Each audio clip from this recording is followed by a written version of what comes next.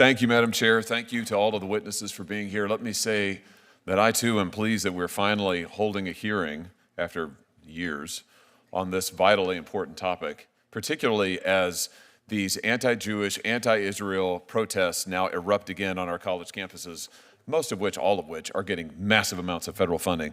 Mr. Rockland, is that how I say your name, by the way? Is it Rockland? Rackland, just imagine Rackland. R-A-C-K rather than Rackland. Okay, I got it. All right. I'll see if I can adhere to that. Appreciate it.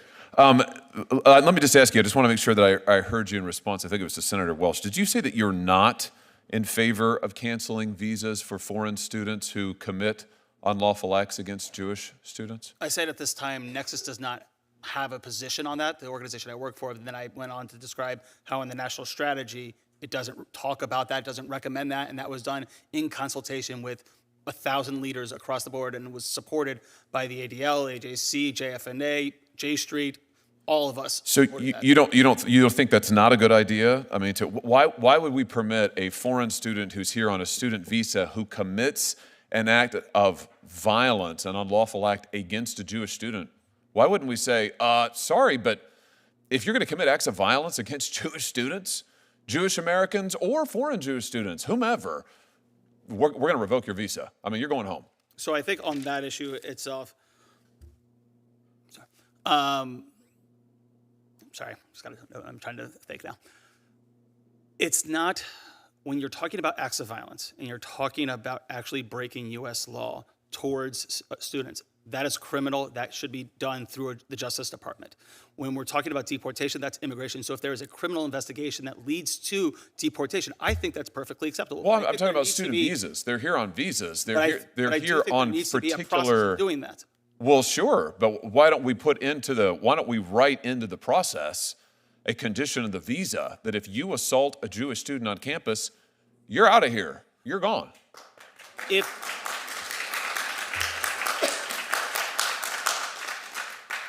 If it was written in the statute and if it was broad enough to be not just be for Jews, but for all people that have experienced discrimination, regardless of who they are, I think that we should look at that. But I think until that is in law, what I'm basing this on is what the current statute says and what currently is being done.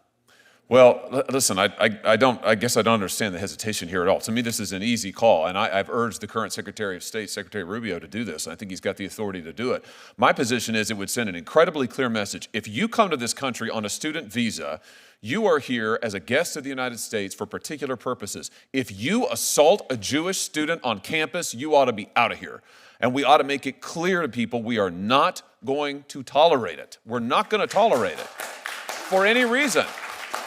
A heated exchange erupts during a Senate hearing as Senator Josh Hawley presses a witness over campus protests, anti-Semitism, and whether foreign students who commit violence against Jewish students should have their visas revoked. I just want to be clear on this. You would agree, wouldn't you, that much of this DEI rhetoric has been weaponized against Jewish students? The DEI dialogue has been weaponized against them. They're called colonizers, they're called imperialists, they're called oppressors. It's the classic intersectionality DEI language. I'll give you some tangible examples. The DEI chair at MIT publicly issued statements calling Israel a genocidal apartheid state. You have the University of Washington's DEI office that sent out an email describing Israel as, once again, an unlawful and oppressive settler colonial apartheid state. The DEI program coordinator at Rutgers said to Jewish students, F you colonizer, F you Zionists. I mean, my point is, isn't it time to speak some truth to power here to these people and to say that Israel is not a colonizer state. It is not an apartheid state. Jewish students are not colonizers, and this kind of rhetoric shouldn't be weaponized against them. You'd agree with that, surely. I would say that it's wrong to blame Jewish students for the actions of the state of Israel in any way, shape, or form. And it's wrong to call the state of Israel a colonial apartheid state. I would say that Israel right now, a number of different human rights organizations talk about them in that sense. Personally, I don't see Israel that way. I've been there many times. I have family that live there. I've been to the West Bank. I've enjoyed it. However, there are considerable issues regarding the occupation that need to be addressed and inadequacies between how Palestinians are how Palestinians live in the West Bank versus how Palestinian Israelis live in. My time, I'm only interrupting you because my time has almost please. expired, and the chairwoman is being extremely strict on the time.